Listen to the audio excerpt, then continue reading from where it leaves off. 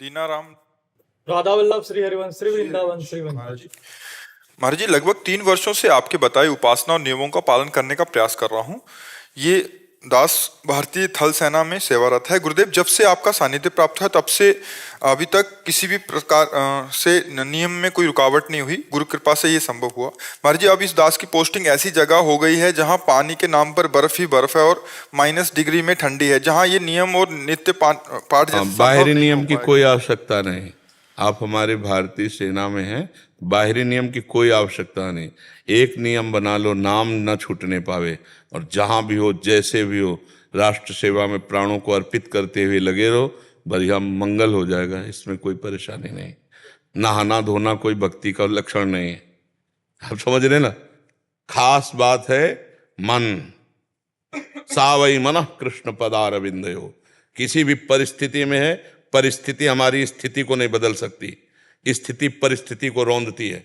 वही जवान है, वही वीर है, वही निष्कामी धर्म वाला पुरुष जो परिस्थिति के अनुसार नहीं बदलना है। स्थिति हमारी रहेगी, परिस्थिति तुम्हारी रहेगी, और हर परिस्थिति को रौंद कर अपनी स्थिति में रहेंगे। यही हमारी भक्ति है। अंदर से राधा राधा जप रहे और बाहर से हर कष्ट को सहते हुए राष्ट्र सेवा में प्राण अर्पित किए। यही बहादुरी है, यही बहुत बड़े धर्म का पालन है। आप बिल्कुल विचलित मत हो। अपवित्रा पवित्रो वा सर्वावस्थांगतो पिवा या स्मरेत पुंडरीकाक्षम सवायाभ्यंतरा शुचि।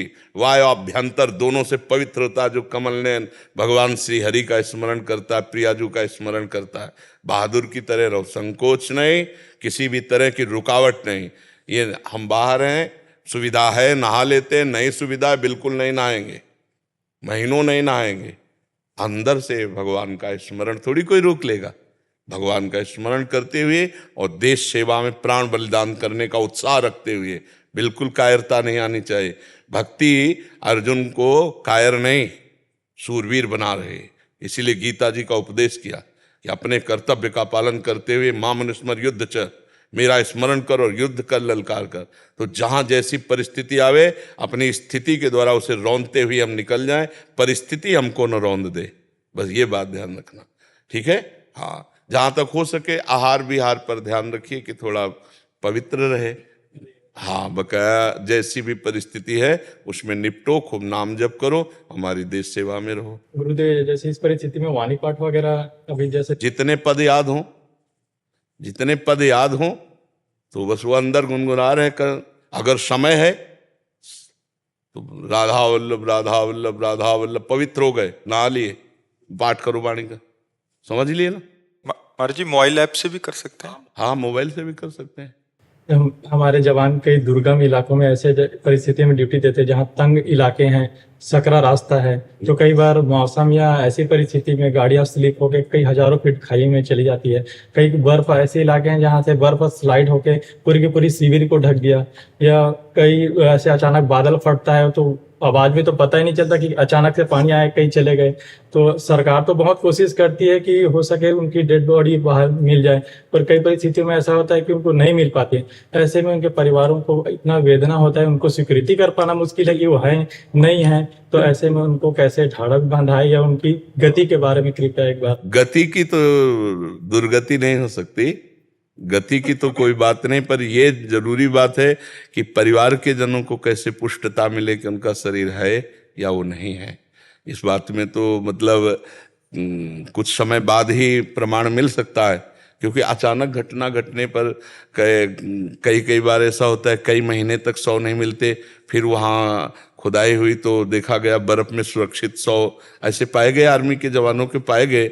हाँ, तो हाँ, काफ़ी लंबे समय तक, चूंकि बर्फ में शरीर नष्ट होता नहीं है, वो सुरक्षित रहता है।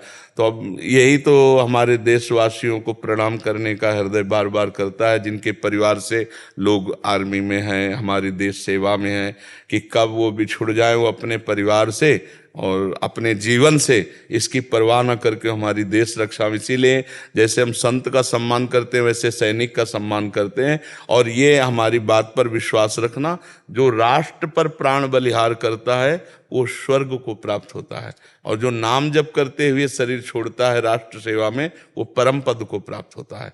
तो इसमें हानि तो है ही नहीं दोनों में। अगर वो भगत नहीं रहा है तो भी अपने राष्ट्र के लिए तो रहा ना। और अचानक कोई घटना घट जाती है, शरीर पूरा हो जाता है आतंकी हमले से या प्राकृतिक हमले से, तो हम ये तो नहीं कहते भगवत प्राप्त होंगे, लेकिन उस स्वर्ग को प्राप्त होंगे।